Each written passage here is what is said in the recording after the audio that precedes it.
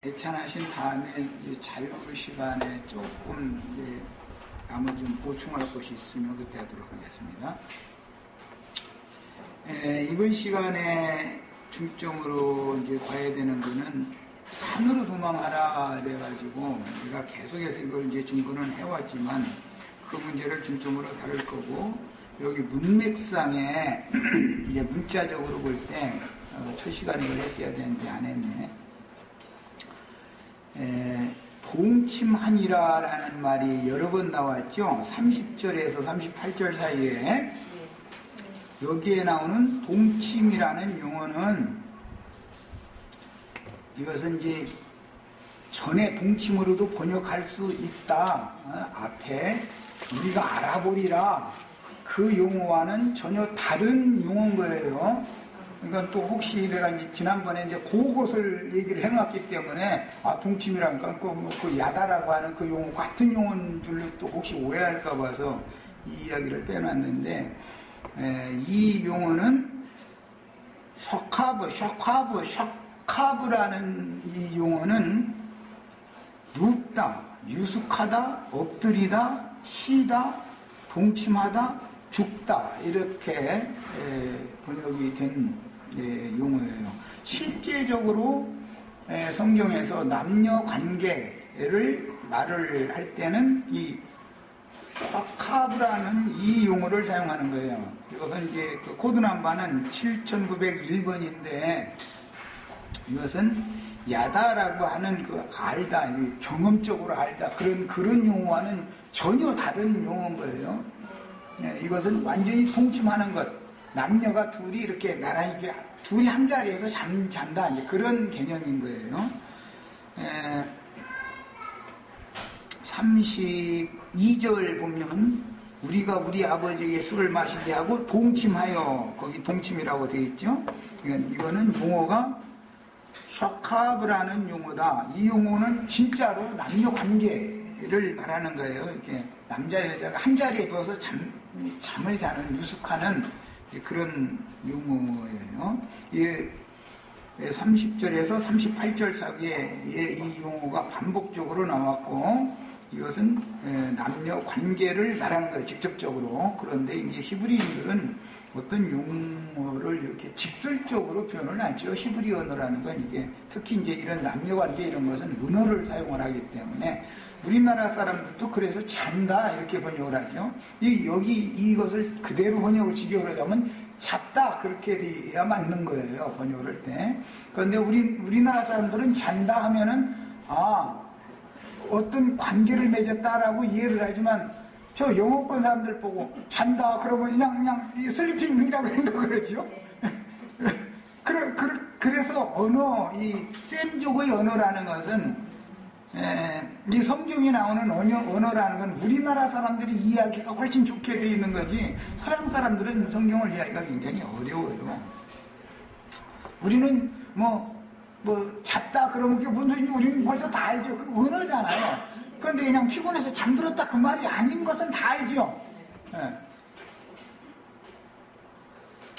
자, 우리나라의 이 언어 감각이라는 건 셈어이기 때문에, 셈어에서 온 거기 때문에 다 이렇게 은어를 사용한다는 거 아셔야 되겠고, 그 다음에 38절 맨 나중에 끝절 보면 작은 딸도 아들을 낳아서 이름을, 큰 딸은 모압의 조상, 모압이라는 아들을 낳아가지고 모압의 조상을 낳았다 그랬고, 작은 딸은 베남미라고 하는 암몬의 조상을 낳았다. 이 용법도 내가 여러 번을 말씀을 드렸던 것 같은데, 이거는 조상이라는 용어는 히브리어의 코드 넘버 1번이에요. 맨 처음에 나오는 게 창조, 태초에 하나님이 천지를 창조하시니라고 해요. 창조라는 말이 조상이라는 말입니다, 원래. 이제 그거 얘기도 창세기 1장 강해 때 내가 또 강조해서 말씀드렸었죠. 그것은 근원, 창시, 아버지, 그 다음에 조상, 또는 이제 어떤 데서는 열조, 이제 이렇게 여러 가지로 번역이 되는데, 이 용어는 모든 민족들의 조상이다, 이렇게 표현을 할 때 쓰는 말인 거예요. 히브리어의 아바라고 하는 말은 원은 이제 히브리어로는 아브인데 아브를 헬라어로 음력을 하면 아바가 되죠. 우리나라는 아빠라고 그러죠. 근데 이게 또 세모에서 오는 거예요. 그럼 그대로 하는 거예요, 우리나라. 엄마, 아니, 그것을 이제 엄마라고 번역을 발음을 하죠. 우리 아이들이나 유대인들은 엄마, 아빠를 부를 때 발음이 같은 거예요. 그래서 아바, 아버지를 하셨다 할 때 우리나라 사람들은 아빠, 아빠 다 아빠라고 부르죠. 원은 왜 아버지, 조상, 모든 것의 근원자, 시작이 되는 분, 이제 그런 뜻이에요. 아버지는 내 생명의 원천이고 근원이죠. 그런 개념인 거예요. 용어가 그런 거예요. 그래서 이제 이런 용어 자체를 우선 아셔야 되겠고, 미리 언급을 좀 해두자면 이사야 66장 7절로 9절 이것을 읽겠습니다. 읽고 해야만 더, 왜냐하면 성경 전권에 그러는 성경의 어법이라고 하는 것을 그냥 이런 그 성경의 흐름, 맥락을 못 잡고 무슨 성경 단어 사전 이런 거나 주시고 이러다 보면 성경 해석을 엉터리로 해버릴 수가 있기 때문에 이걸 중요해서 내가 이걸 특히 지적을 지금 한 거예요. 66장 7절부터 10절을 읽겠습니다. 시온은 진통을 하기 전에 해산하며 고통을 당하기 전에 나마를 낳았으니 이러한 일을 들은 자가 누구이며 이러한 일을 본 자가 누구이냐. 나라가 어찌 하루에 생기겠으며. 여기는 시온이 낳은 것은 아들을 낳았는데 그 아들을 낳은 것이 바로 시온 나라를 낳은 것이다. 지금 이렇게 돼 있죠. 앞에는 시온이 진통하기 전에 순산했다. 아들을 순산해서 낳았다. 그 말이에요. 했는데 나라가 어찌 하게 생기겠으며 이 말이란 말이죠. 성경이 지금 말하는 것은 누구누구를 낳았는데 그가 어떤 족속의 또는 그 민족의 조상이었더라. 근원자, 창시자였더라. 이 말을 할 때 이게 무엇을 의미한지를 이해를 시키려고 그러는 거예요. 어떤 족속, 어떤 민족의 창시자라는 말은 그 나라, 그 민족의 근원자다. 그 말이란 말이에요. 우리나라 같은 경우는 단군이라는 분이 한민족의, 우리 한반도의 한민족의, 중국 한민족이 아니고 한민족의 창시자다 이렇게 보고 있죠. 역사상에. 그런 것과 같은 개념이에요. 그래서 모압족 소의 조상, 암몬족 소의 조상을 낳았단 말이야. 그러니까 그 한 사람을 낳은 것이지만, 그 여자들이 한 사람을 낳은 것이지만 로마교 전체의 근원자를 낳았단 말이야. 개신교 전체의 근원자를 낳았다. 이 말을 이렇게 해석을 하는 거예요. 그래서 이거는 영적으로는 나라지요. 교회는 또 어느 민족도 되고, 그래서 이렇게 표현을 하는 거예요. 그 다음에 더 나아갑니다. 생기겠으며 민족이 어찌 한순간에 태어나겠느냐. 그러니까 어떤 한 사람을 낳았어도 그 한 사람이 나라가 생겨나게 한 것이고 민족이 생겨나게 한 거다. 이런 개념이죠. 자, 이런 것을 이제 이해를 하시고 20장에 넘어가면 이제 태를 닫지 않고 여는 이야기가 이제 20장에 나오니까 그때 더 소상하게 하겠습니다. 기본적인 어떤 그 성경의 용법이나 흐름에 대해서 인식을 잘 하셔야 앞으로 나가는 말씀도 오해 없이 날 말씀을 나눌 수 있을 거기 때문에 두 가지를 지적했어요. 하나는 눕고 일어났다. 이렇게 번역이 됐는데 이것이 부부관계를 말한다 이게요. 누웠다. 그 딸이 누웠다. 눕고 일어나는 것을 아비는 술 취해가지고 몰랐다는 거잖아요. 그 아비 곁에 누웠다. 이것은 우리나라 말로는 아버지와 잤다. 이런 말인데, 이것은 그냥 피곤해서 이렇게 눈 감고 그냥 잠들었다. 그런 뜻이 아니죠. 여기서 이것은 부부 관계를 말하는 거예요. 용어가 히브리어에서는 어떤 한 용어가 있으면 그것의 영적 의미를 잘 이해를, 흐름을 따라서 이해를 하는 그런 기회를 다 받으셔야 돼요. 그래서 단어 사전 이런 것만 뒤지고 그랬다가는 큰일 난단 말이에요. 그래서 성경이 말하는 의도를 자꾸 이제 그릇 해석이 되기 때문에 이것은 제일 중요한 것은 눕다, 그 다음에 유숙하다, 그런 뜻이에요. 그러니까는 어떤 남자 곁에 어떤 여자가 남자의 입을 이렇게 들치고 그 안에 들어가는 거 룻이 보아스의 입을 들치고 그 안에 가서 누웠다 이렇게 했는데 그게 이 샤카보 똑같은 용어예요. 이것은 그래도 잠자리를 했다 이제. 그만 우리나라 말로는 잠자리 한 거예요. 그게 잠자리란 말 다 아시죠? 예, 그런 개념이다. 이제 이런 것을 잘 이해를 하셔야 돼요. 두 가지 얘기했어요. 조상이라는 말과 누웠다라는 말, 동침했다. 동침이라고 했지만 눕다라는 똑같은 용어예요. 그런데 동침이라고도 번역이 되고 똑같은 문단에서 눕고 일어나는 것을이라고도 번역을 했어요. 그것은 눕고 일어나라라는 것은 그냥 단어의 뜻대로 한 거예요. 그러나 원은 그게 영적으로는 동침했다라고 해석이 되기 때문에 이것은 동침이라고 의역을 해준 거예요. 예. 성경을 해석할 때 성경을 번역한 신학자들이 뭘 몰라서 이렇게 하는 게 아니에요. 괜히 어떤 사전에 본 뜻이 있다 해가지고 괜히 아는 척 하면 큰일 난단 말이야. 성경 말하고 나는 의도를 잘 아는 게 필요해요. 자, 이제 산으로 도망가라고 그랬고 산으로 도망을 갔는데 소활성으로 들어가서 살다 보니 불안한 거예요. 이게 두려움이 여전히 가시지가 않는 거예요. 그러니까 산으로 도망가라고 그랬지 해서 소활성에서 두려우니까 또 나온 것이에요. 나와가지고는 산으로 갔어요. 이제 산으로 갔는데 오늘 말씀에 의하면 30절에 롯이 소알에 거주하기를 두려워하여 소알서 사는 것도 두려운 거예요. 이제 왜? 소알성 사람들도 소돔성 사람들이나 하는 짓이 같이 한다 이거예요. 그러니까 여기라고 불벼락이 안 떨어지겠냐 싶으니까 좀 더 멀리 도망을 가야 되겠다, 안전지대로 가야 되겠다 해서 도망을 가서 산으로 갔어요. 이제 산에 올라갔는데 이것은 평지에 거하는 사람들과 산에 거하는 사람들이 다르죠. 창세기 시작에서부터 스바일로 가는 동편 산에 거주하는 사람들이 있었고 바닷가의 모래 땅에 거하는 사람들이 있는데 이렇게 창세기 10장에서부터 이렇게 나오는 말이죠.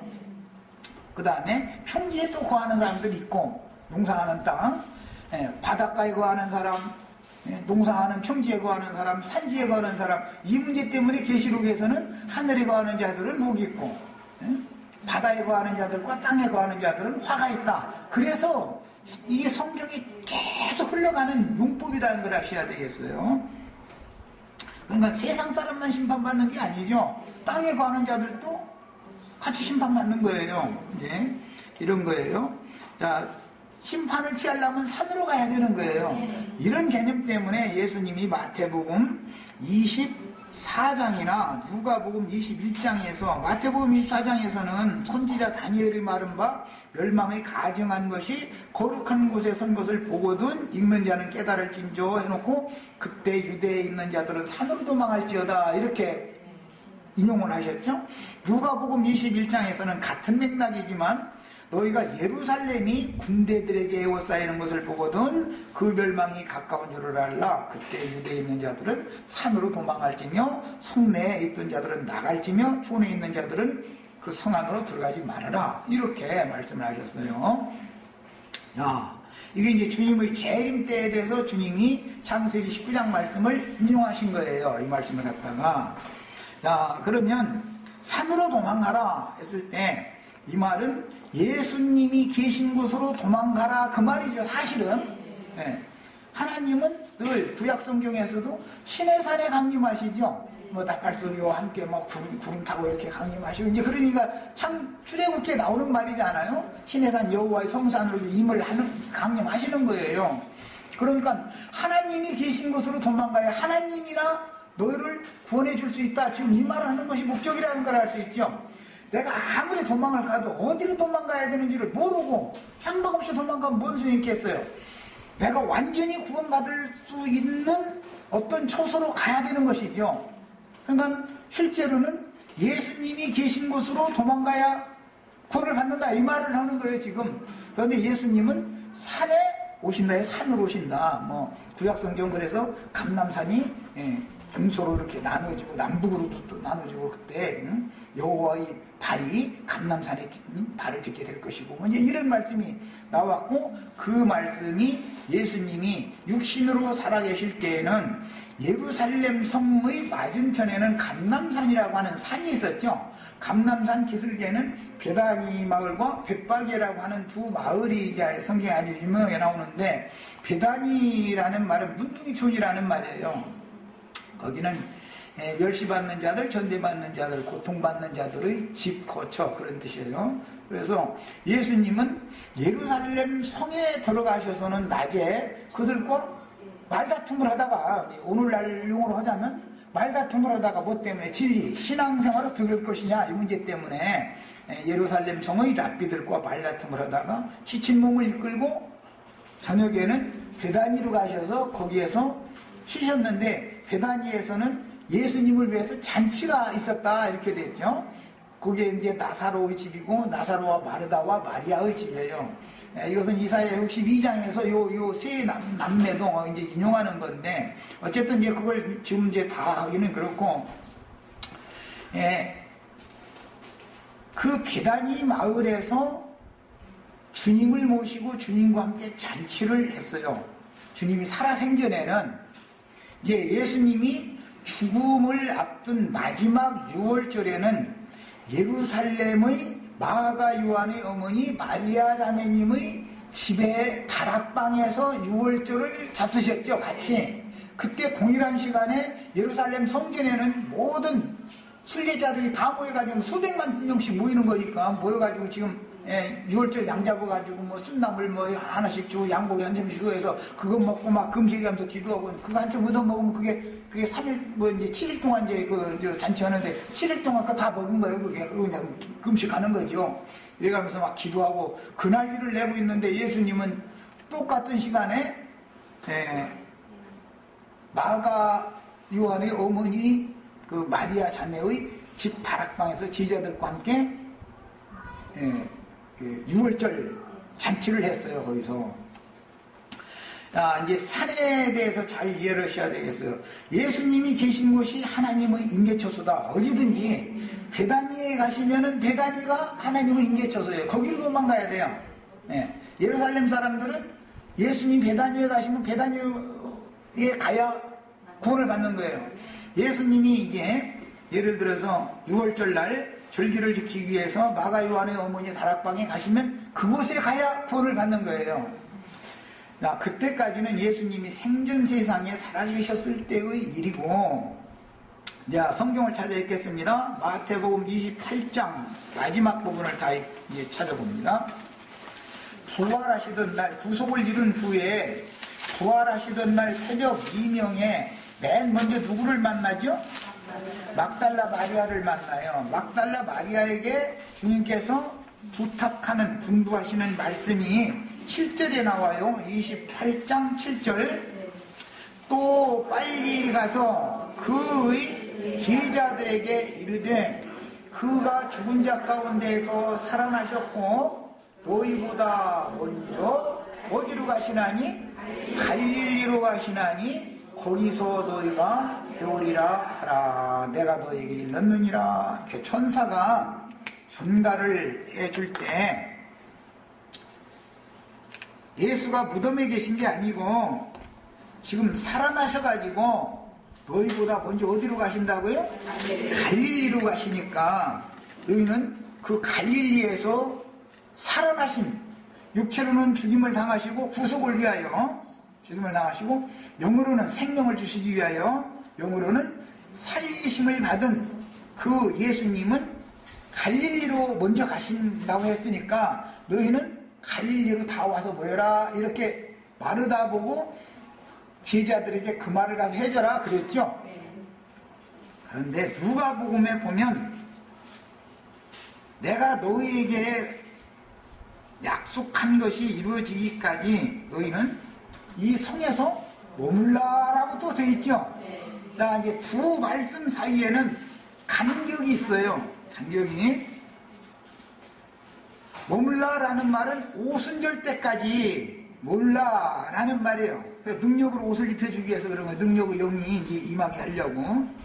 엘리야가 요한이 엘리야의 영과 능력으로 왔죠.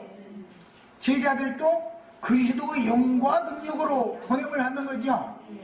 그러려면 그리스도의 생명을 먼저 얻어야 되기 때문에 부활하신 날 저녁에 제자들이 문 닫고 있는 곳에 갑자기 예수님이 가운데 탁 나타난 거예요. 그래가지고 제자들한테 숨을 내쉬며 가라서 성령을 받으라 해서 먼저는 생명을 주는 생명의 영을 부어주셨어요. 성령을. 그런데 성령이 생명의 성령만 있는 게 아니라 능력의 영이 또 있다 이래. 능력의 영이. 생명을 얻었어도 능력이 나타나지 않는 것은 전도를 왜 못해요? 능력이 나타나지 않죠. 우리 형제 자매들이 생명의 말씀을 많이 받아 먹었는데 누구 만나면은 왜 이게 잘 안 나고 떠듬떠듬 하다가 앞이 하얘져 버려요? 능력이 아직 덧입혀지지 않아서 그러는 것이에요. 그래서 영은 두 단계로 받는 거다. 이것을 아셔야 돼요. 생명은 속으로 들어오는 것이지만 능력은 위에 임하는 것이죠. 그래서 오순절 성령은 그들 위에 머물러 계시더니 이렇게 돼 있죠. 속에 들어왔다고 돼 있지 않고. 지금 내가 하는 말 잘 아셔야 되겠어요. 숨을 받았다. 육신의 숨은 창세기에서 아담에게도 불어 넣어주셨죠. 그러나 영적인 숨은 예수님이 제자들에게 불어 넣어준단 말이야. 그럼 이제 새 창조다 그래요. 그럼 새 생명을 얻은 거예요. 생명을 얻었지만 아직 능력이 나타나지 않는 거예요. 그러려면 능력이 덧입혀져야 되는 거예요. 덧입는 건 위에 입혀지는 것이잖아요. 생명을 부어 넣어주는 건 속에 주는 것이고, 이렇게 이 성경의 진리를 정확하게 알고 계셔야 되겠어요. 자, 이번에는 능력의 영을 받았고 생명의 영을 먼저 받고 능력의 영까지 받아서 예루살렘에 절개를 지키러 온 각처에서 온 많은 순례자들 앞에서 베드로와 11사도가 이제 능력이 가서 말씀을 전하기 시작하죠. 그래서 유대인의 교회가, 예루살렘 교회가 태동이 되게 되어져요. 그런데 시간이 지나면 예루살렘에는 큰 핍박이 일어나죠. 그러면 핍박이 일어날 때는 제자들을 안전한 곳으로 피난시키려고 그런 거잖아요. 그러니까 제자들이 지금까지처럼 예루살렘에 머물지 말고 너희는 흩어져라 지금 그 말이죠. 이제 도망가야 산다 이제 이 말이에요. 자, 그들이 핍박을 피해서 도망가면 어디로 도망가야 이제 사는 거예요? 갈리로 먼저 가셔서 기다리던 예수님 앞에 가야 사는 거예요. 이 말을 한 거예요. 자, 저기 28장 16절부터 보겠습니다. 8절을 먼저 읽겠습니다. 그 여자들이 무서움과 큰 기쁨으로 빨리 무덤을 떠나 제자들에게 알리려고 다름질할새 예수께서 그들을 만나 이르시되 평안하냐 하시거늘 여자들이 나가 그 발을 붙잡고 경배하니. 이 경배는 완전한 경배가 아니었었죠. 자, 이제 16절 이하로 갑니다. 11 제자가 갈릴리에 가서, 이 말은 예루살렘에 핍박이 일어난 이후에 도망을 간 거예요. 그 전까지는 예루살렘에 계속 있었어요. 그러다가 핍박이 일어나니까 베드로가 맨 먼저 다 고기나 잡으러 갈란다. 고기 잡던 데가 갈릴리니까 낙심해가지고 사실 간 거예요. 그런데 그게 주님이 제자들이 그곳으로 다시 올 거라는 걸 알고 와서 미리 기다리고 있는 거죠, 지금. 그 얘기예요. 갈릴리에 가서 예수께서 지시한 어디에 이르렀다? 산에 이르렀다. 예수께서 지시하신 산이다. 여기 이제 지시하신 산. 여기에 이르러야 구원받는단 말이야. 창세기 19장에서 천사가 산으로 도망하여 내 생명을 보존하라 할 때 이 산은 예수께서 지시하신 갈릴리에 있는 한 산까지 도망가라 그 말했단 말이야. 구속을 이루신 다음에 예수님이 갈릴리의 한 산, 그 산이 마태복음 5장에 높은 산에 올라가심에 제자들이 나오니 입을 열어 가라사대, 이제 천국복음 마태복음 5장 6장 7장 거기서 선포한 산이에요. 거기가 높은 산, 큰 산, 여호와의 성산, 이제 구약 성경에 이렇게 나와 있는 산이에요. 자, 그 갈릴리의 산은 예루살렘 저 북쪽에 있는 산이단 말이에요. 그런데 거기까지 도망을 가야 사는 거예요. 가다가 소돔성 주위에 있는 소알성에 가서 사는 게 아니에요. 예수께서 지시하신 산에 이르러 예수를 배웠고 경배하나 그랬어요. 여기서 경배하는 것이 이제 성령으로 친히 역사하시는 그 주님을 그 산에서 하나님과 하나님의 구속을 받은 성도들이 만나서 경배하는 처소가 바로 이 산이다 이 말이에요. 이 산은 에덴 동산에서 쫓겨난 사람들이, 거기는 음녀의 산이죠. 에덴 동산은 뱀의 동산이에요. 그러니까 이제 거기서 쫓겨나서 어디로 가냐, 광야를 거쳐서 가나안 땅에 들어가서 저 끝에 있는 시온산에 도망가기까지에 대한 상징이다. 이런 것들이 다 표적들이다. 여기서 경배하나 아직도 의심하는 사람들이 있더라. 그게 영의 일을 아직도 제자들이 불분명하게 정확하게 알지 못했다. 예수께서 나와 말씀하여 이르시되 하늘과 땅의 모든 권세를 내게 주셨으니 그러므로 너희는 가서 모든 민족을 제자로 삼아 아버지와 아들과 성령의 이름으로 세례를 베풀고 내가 너희에게 분부한 모든 것을 가르쳐 지키게 하라. 볼지어다 내가 세상 끝날까지 너희와 항상 함께 있으리라 하시니라 그랬어요. 성령은 제자들, 사람은 한 세대는 오고 한 세대는 가지만 성령은 매 세대마다 모든 진실한 제자들 갈릴리의 산에 모여서 주님을 경배하는 제자들과 늘 함께 하시죠. 언제까지? 세상 끝날 때까지. 세상 끝날까지라고 그랬는데 원문은 이 세상의 종결기라고 되어 있는 이제 번역이에요.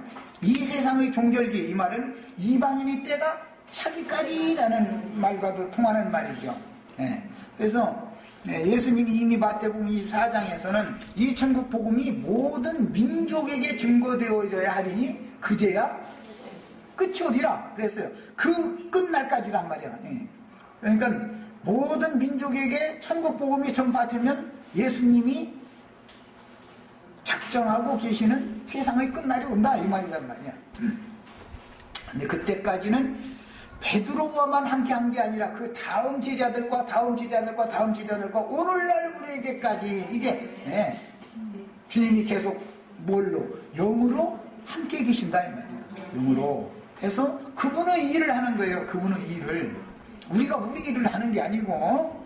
자, 이런 기본 개념을 이제 아시고 이런 개념 때문에 히브리서 12장 22절로 24절에 그러나 너희가 이른 곳은 하늘의 시온산과 이렇게 설명을 했었던 거예요.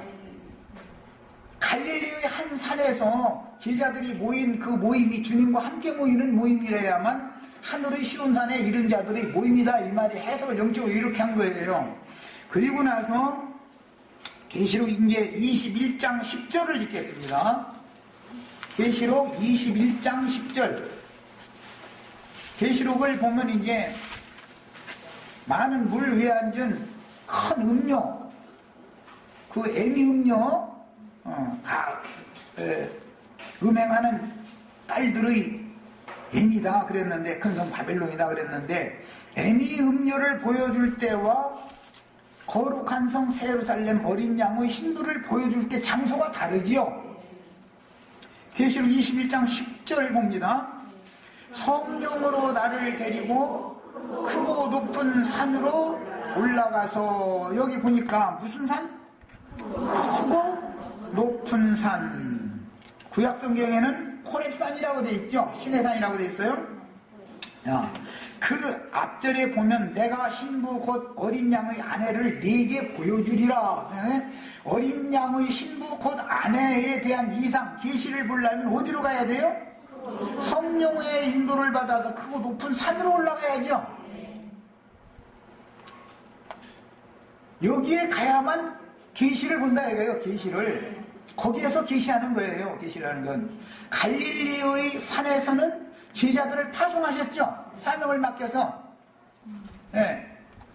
마태복음 28장에서는 갈릴리 산에서 파송했잖아요. 제자들. 아버지께 나를 보내신 것 같이 나도 너희를 보낸다. 네. 이렇게 해서 파송했어요. 그리고 그 보냄을 받은 자들이 계시록에서는 일곱 뿔을 가진 일곱 눈이다 그렇게 했어요. 이 보냄받은 자들을 증인들이다 그래요. 계시록에서는. 그런데 이 증인이 되려면 본 것이 있어야 되잖아요. 들은 말이 있어야 전할 거 아니에요. 나는 이제 가끔가다 그래서 무엇을 보고 무엇을 들었느냐 가르치는 사람이 그 사람이 어디에 가서 어디로 인도를 받아서 하나님이 무엇을 가르치라고 말씀을 주고 무엇을 이상으로 보여주셨느냐에 따라서 누구와 사역을 동역을 하는 것이 죽고 사는 것을 최종적으로 결정하는 거다. 이것까지 내가 얘기를 한 거예요. 야, 크고 높은 산으로 데리고 가면은 신부고 어린 양의 아내를 계시해 주려고 크고 높은 산으로 데리고 가는 거예요. 그런데 17장 3절 앞에 보겠습니다. 큰 음료에 대한 말씀을 나오는 그 17장 3절을 봅니다. 그 성령으로, 여기도 성령이 데리고 가죠? 나를 데리고, 여기는 어디로 갔다고 돼 있어요? 광야로 가니라 그랬어요. 광야로 데리고 가가지고는 많은 물이 앉은 큰 음료를 보여주죠. 음료 7머리 10뿔을 보여줘요. 야, 광야에는 예수님도 이 땅에 오셨을 때 성령에 이끌려서 광야로 가가지고 마귀에게 시험을 받죠. 광야에는 마귀가 역사하고 있죠. 높은 산에는 하나님의 임재가 있다 말이요. 이런 것을 성경에 지금 창세기 19장에서는 산으로 도망갔다 그 말이 이렇게 중요한 내용을 지금 말하는 거예요. 그런데 이제 지금부터는 산으로까지 도망을 갔는데도 아직도 두려움이 끝나지 않아서 불 속에 들어가서 살게 됐다 이거예요. 그것은 피하는 사람이고 숨는 사람이잖아요. 지금 산에까지 가기는 갔는데 이제 물이 넉넉한 들판은 지나간 거 아니에요.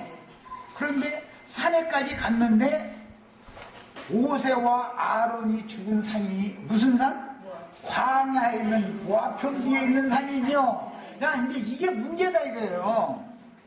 이게 갈릴리에 있는 산이 아니고 광야의 모압 평야에서 죽는 거예요. 모세가 거기에서 일생을 마치게 되는 거예요. 그런데 그 산에서 모세를 저 산 꼭대기까지 인도를 해가지고는 강 건너, 요단강 건너에 있는 무슨 섬까지 보여줬다고? 소알섬까지 보여줬어요. 그래서 광야 끝의 모압 평지에서 제일 높은 산이라는 산이 그게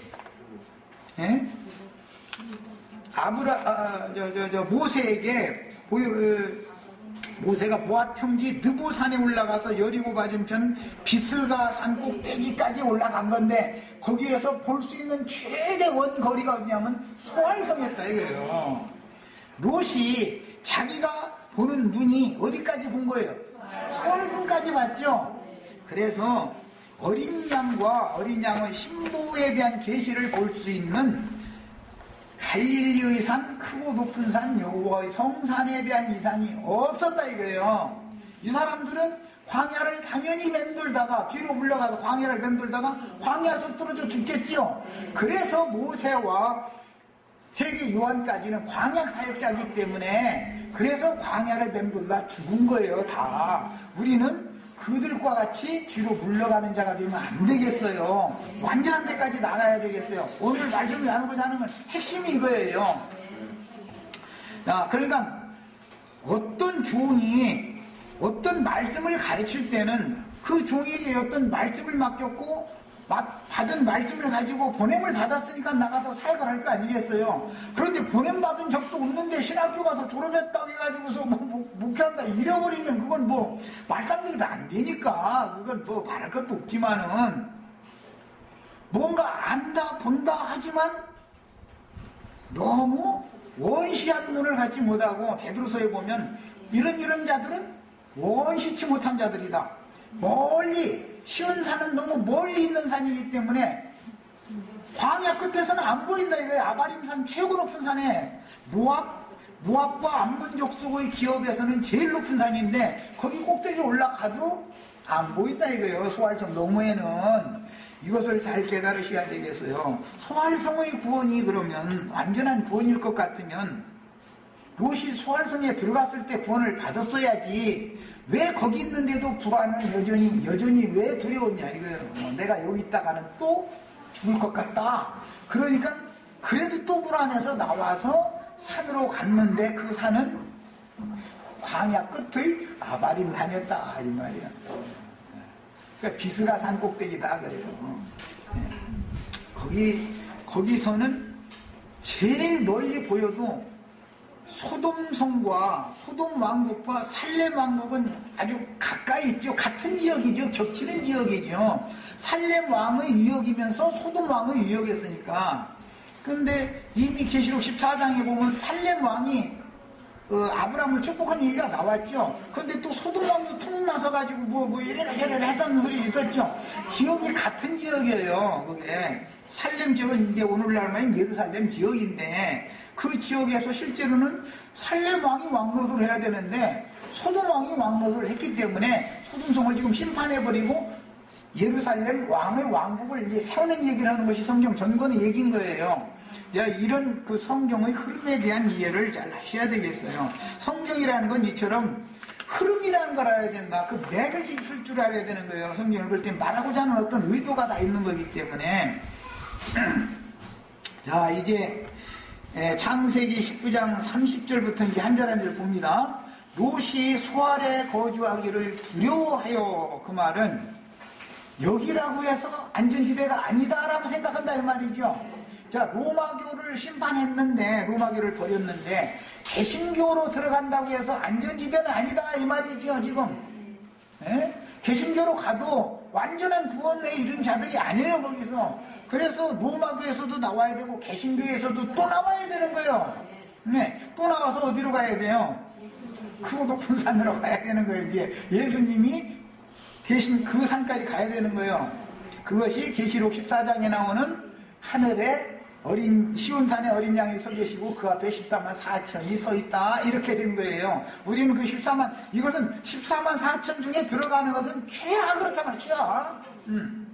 그것으로 전도를 해서 인도를 하는 자들이 돼야지요. 우리는 다 아시겠죠? 내가 지금 계속하는 말을 시온산에까지 인도하는 직무를 행해야 해요. 우리는 그것이 제일 안전한 거 1번이요. 그 다음에 시온산에 이런 성도들이 이들과 같이 구원을 얻으니까 이제 이 사람들이 거룩한 성에 들어가는 거단 말이에요. 몸의 구속을 받으면. 그러니까 우리는 이 땅에서 시온산에 이른 교회 생활, 그들이 장자들의 교회다 이렇게 설명이 돼 있었죠 이미. 우리는 이걸 추구한다 이거예요. 그러니 계시록의 전권의 끝인 계시록 22장 15절 16절 찾아 읽습니다. 이제 이건 성경 전권의 산에 대한 계시의 결론이에요. 모든 이상과 계시를 다 말씀하신 다음에 나 예수는 무엇을 위하여? 교회들을 위하여 내 사자를 보내서 이것들을 다 계시로 말하고 그 다음에 계시를 보여줬다. 그 다음에 17절 더 읽습니다. 성령과 신령과 말씀하시기를 듣는 자도 보시고 원하는 자도 보시고 원하는 자는 값없이 생명의 소리를 받아. 어디로 도망가야 돼요? 성령과 신부가 오라 하시는 곳이 예비되어져 있는 거죠. 거기로 도망가야 돼요. 내가 지금 계속 여기까지 얘기를 하는 거예요. 성경을 알려면은 결과까지 다 알아야 된다. 시작부터 과정을 다 거쳐서 결과를 알아야 되는 것이다. 그래서 이제 여기까지 나가는 얘기를 하면은 사람들이 중간중간에서 떨어져 나가는 거예요. 나름대로 이제. 왜냐하면 여기가 조사원이라는 게 사람의 관념이기 때문에 그래. 그게 나쁜 게 아니에요. 그의 구원은 거기까지 이른 거예요. 그래서 어디까지 이르렀을지라도 앞을 보고 이 생을 끝내기까지는 계속 달려가야 되는 것이지, 여기가 조사원이 하고서 거기 머무르려고 그러면 그걸 쫓는 거예요. 그것은 강제로는 못 끌고 가는 거예요. 더 이상은 이거 안 되는 거예요. 왜? 이것은 이상과 계시의 문제인 것이지, 어떤 사람들이 거기 모이는 사람들은 사람이 좋으냐 나쁘냐 지금 이런 문제가 아니잖아요. 이건 전적으로 계시를 어떤 종에게 무엇을 계시하고 뭘 가르치게 해서 보냈느냐. 그래서 누구와 나는 동역하는 교회 생활을 할 거냐, 지금 이 문제잖아요. 최종적인 구원이라고 하는 것은. 그러니까 우리는 성경이 말하고자 하는 어떤 감춰진 의미를 이렇게 맥을 따라서 성경의 맥락을 짚어가면서 알아야 되는 거다. 이렇게 하면 오류가 절대 있을 수가 없어요. 이것은 흐름을 따라서 놓치지 않고 가는 거니까. 야, 두려워하여 두 딸과 함께 이제 소알에서 나와서 산에 올라가 거주를 했는데, 불 속에 들어가서 거주를 했는데, 큰 딸이 작은 딸에게 이르되 우리 아버지는 늙으셨고, 여기 이제 늙으셨고, 이 말은 아브라함은 게라의 아들이죠. 게라의 맏형이 누구죠? 하란이에요. 예. 하란과 게라는 나이 차이가 많죠. 최소한 60년 차이가 나는 사이예요. 하란의 아들이 롯이었으니까 60년 차이가 나는 게라의 아들 아브라함과 동갑이거나 더 먹었거나 그랬겠죠. 조카가 나이 더 먹을 수 얼마든지 있죠. 내가 생각하기에는 롯이 아브라함보다 나이가 한 살이 많아도 난 맞았을 것이라고 짐작하지만, 이것은 성경엔 롯의 나이가 기록이 되어 있지 않기 때문에 아브라함 나이는 기록이 되어 있지만 내가 단언적으로 말할 수는 없어요. 그러나 최소한 롯과 등등한 나이였다. 조카가 나이가 나보다 많거나 나와 같을 수는 얼마든지 있는 것이죠. 롯과 아브라함의 관계는 이런 관계였어요. 우리 아버지가 늙었다라고 할 때 아브라함만 늙은 게 아니에요. 이해하셨죠?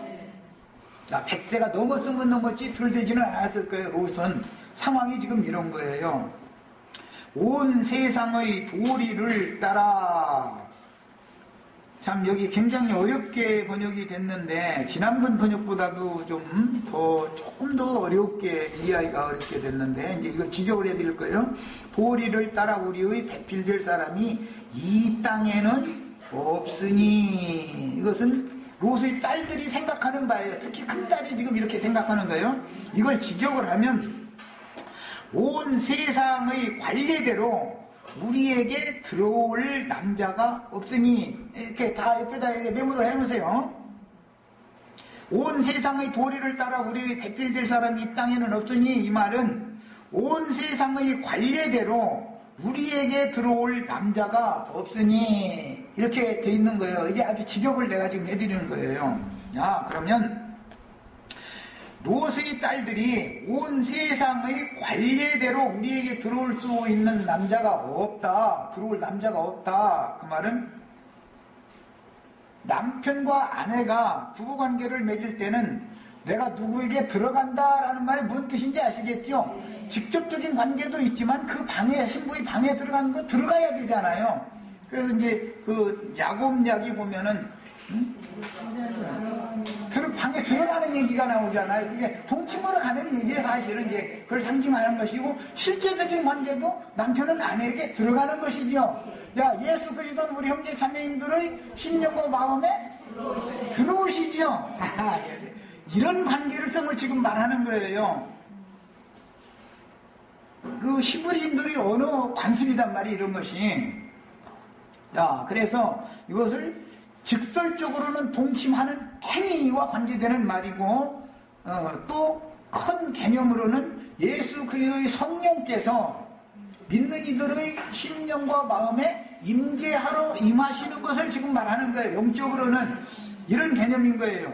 그런데 이렇게를 하지 않고 소돔성에서의 그런 개념처럼 소돔 왕국의 그런 관례처럼 여자에게 남자가 약혼을 했다가 7년이 지나면 여자에게 남자가 들어가잖아요. 혼인식을 한 날에. 그렇게 할 사람이 이 땅에는 지금 없다. 왜? 다 심판받아 버렸는데 이 땅에 그럴 사람이 세상의 관례대로 우리 같은 여자한테 장가들겠다는 사람이 있겠냐? 지금 이 말을 한 거예요. 시간이 됐으면 일단 여기까지 하고 나머지 부분은 굉장히 궁금하게 생각하는 부분만 남았는데 그건 오후 시간에 잠깐 더 오늘은 형제 자매들한테 우선 시간을 드리지만 더 말씀을 나눠서 마치도록 할 겁니다.